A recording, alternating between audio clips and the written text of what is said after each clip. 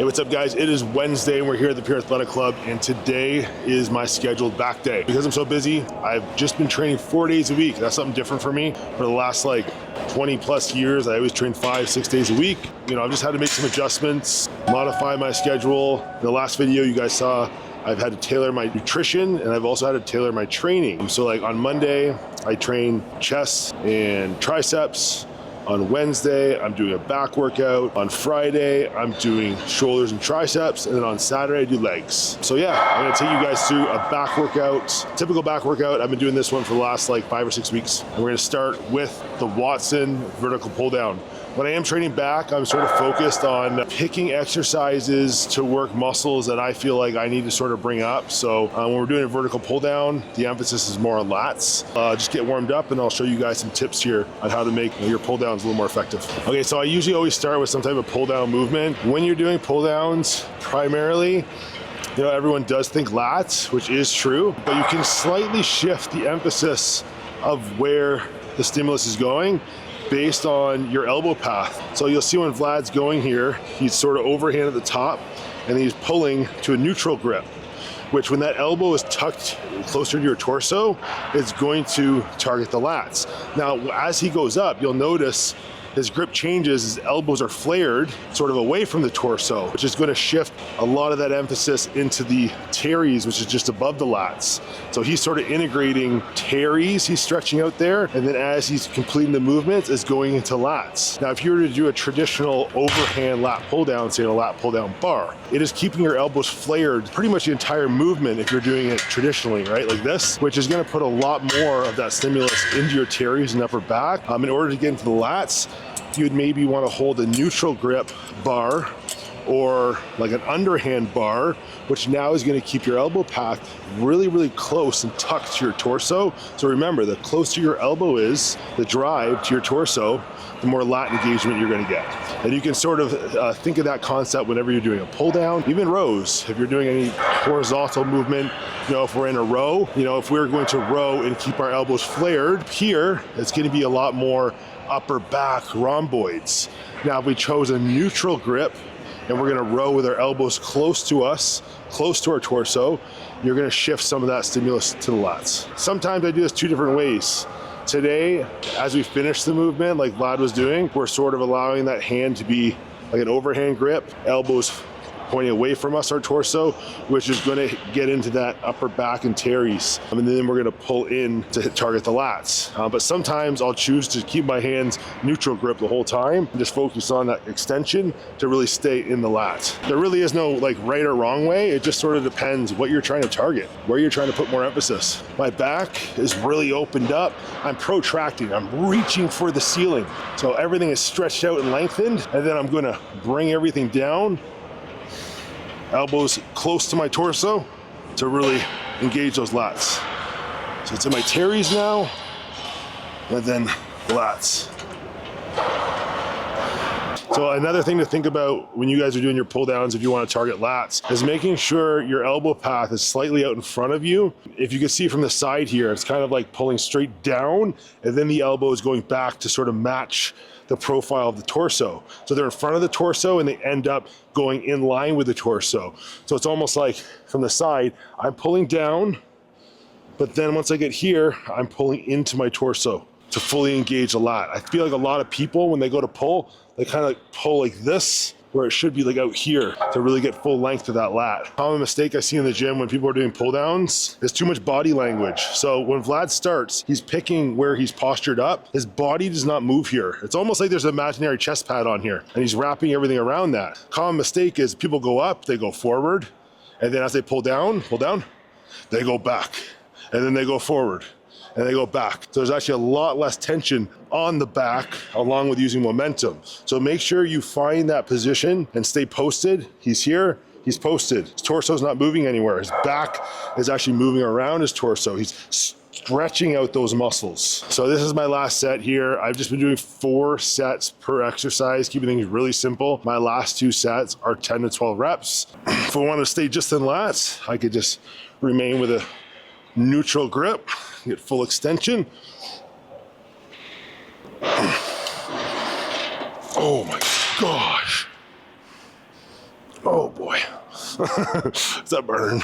All right, so for today's workout, it is gonna consist of 4 different movements. It's very simple. Yeah, I like simplicity. I stick to movements that I'm able to connect with very well. You know, I do have a herniated disc. So for me, there's certain movements that are just too high risk, too many variables for me. So yeah, I think it's really important in your training to find exercises that work for you. Just because they work for your buddy doesn't mean that you're gonna feel those exercises.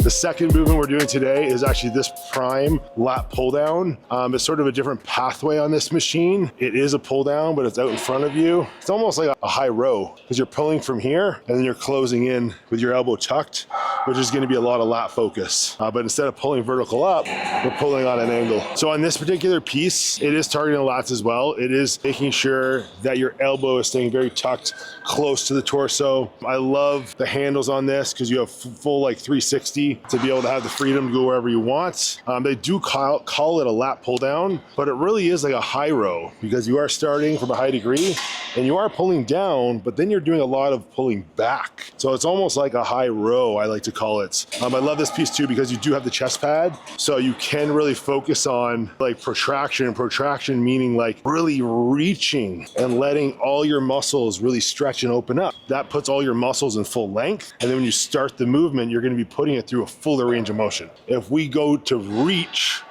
remember reaching is what is referred to as like protracting the back.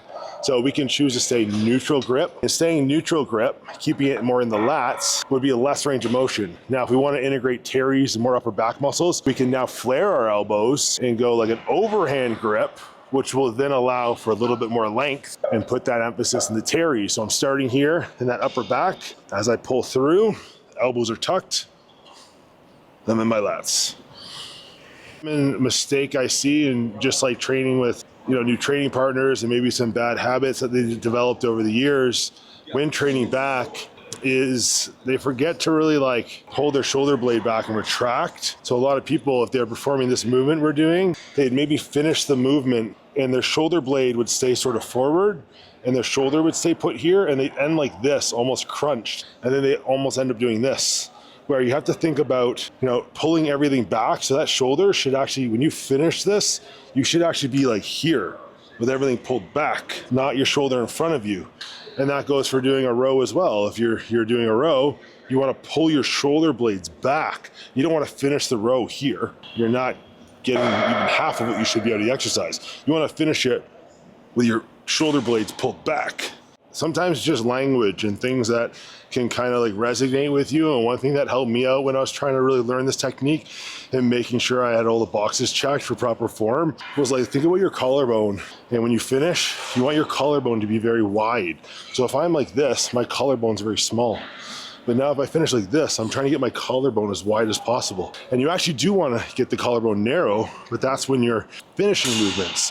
So if I was doing a pull down, I want to get it very narrow because I'm reaching, and then I want to get it very wide. So it's opening up. So maybe that'll help some of you guys. So when we started this exercise, initially I was showing you guys, and I decided to change it halfway through and just keep it a neutral grip. If you decide to start the movement like this with an overhand grip, your elbow's pointing out, so your elbow's away from the torso. Remember, the closer your elbow is to the torso, the more lats. So if we stayed here the entire time, my elbow is closer to my torso, it's going to be all my lats. But that doesn't mean that we can't sort of integrate both into one movement here, because we can only get so much length keeping that elbow in towards the torso. And if we want to get more protraction, more reach than that, we then have to flare our elbow, which will then integrate our teres and upper back muscles into the movements, which will actually put your back through a larger range of motion. And then you can incorporate both. If you did want to target more upper back and teres in this exercise, which I've never done on this one because I love it for elbow tuck so much, you could, I suppose, just do an overhand grip and pull with your elbow facing, that way, flared, and then you would target, again, remember, elbow away from the torso is going to do more teres upper back. Now, if we keep it tucked in, it's closer to the torso, it's more lats.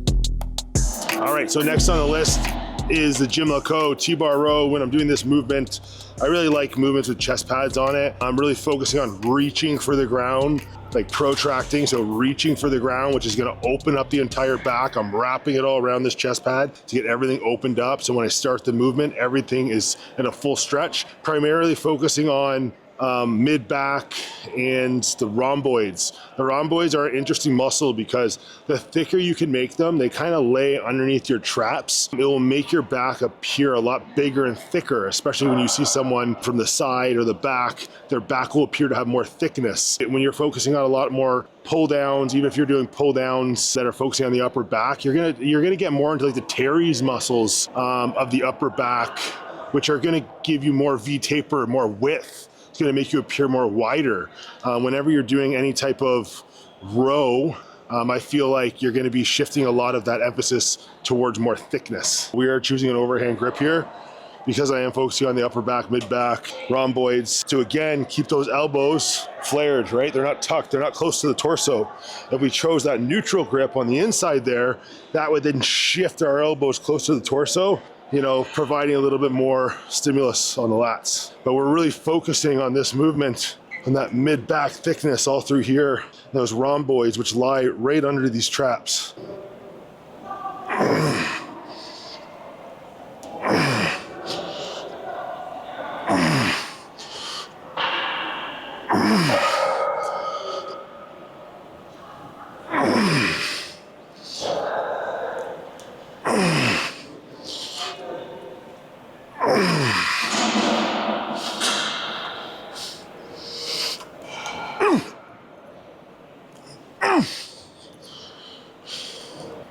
I love this row. This is one of the most sort of requested rows actually in the gym. We actually just got this when we first opened.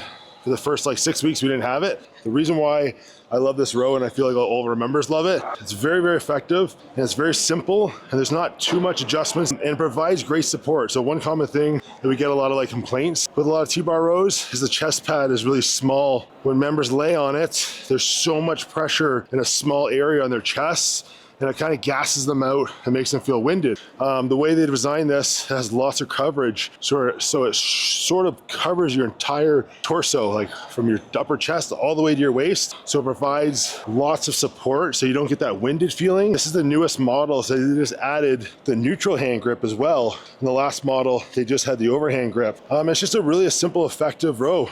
We sell tons of these with Pure Muscle Athletics. It's really popular. All of our members love them. We've brought in other T-bar rows, and this is always the one that gets the most used. All right, the next exercise for us is another variation of a chest supported row. I'm sort of focusing on more mid-back, more thickness with this movement. Is the MTOR two-way row from NewTech. It is a really great machine. It actually has a lot of different hand options that you can play with to change your elbow path. So if you want to do upper back, you want to put a little bit more into lats, it has that option there. You can also change the angle of the chest pad. Very cool. And it also has the adjustable foot plate to make sure that you have lots of stability and you're planted when providing the movement. Today, for whatever reason, I kind of feel not as strong as usual. I hurt my pec 2 days ago, working out at Movati, which is by my home. I've been working out there a little bit lately, and fortunately they don't have a lot of machines, so I've had to go back to more barbells and dumbbells, and it's been a long time since I've done the barbell bench press because I've been spoiled with all the different machines,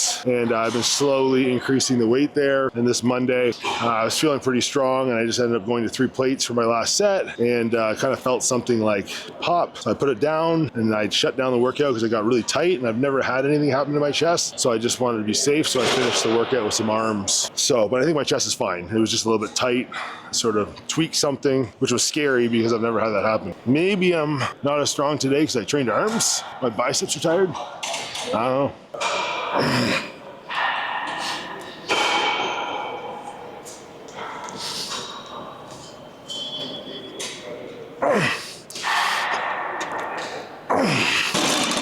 Oh, I really believe that when you see a lot of the best developed backs in the world, a lot of these guys rode really, really heavy And although some of their forms might not have been the best, I feel like there's a lot of value in those exercises being in the position, say a T-bar row or bent over row. You know, they're bent over in those positions and they have hundreds of pounds in their hand. You know, just putting their body through the negative, reaching and getting everything stretched out, that protraction there before they go to initiate the row. Even if they finished the row and it was sloppy, pulling it back, I feel like there was so much value in controlling that into full length and then pulling through. I think that helped build a lot of that thickness you see in those backs in the rhomboids. You said something might not look like it's perfect, there's still value in certain aspects of that movement. Like when you look at a traditional T-bar row in the corner, you know, like when you grab the triangle, it's a shitty movement when you're focusing on getting contracted and short. Because like I was telling you guys earlier, to get full contraction in the lats, you actually have to have a width that's wide enough that allows you to get that collarbone wide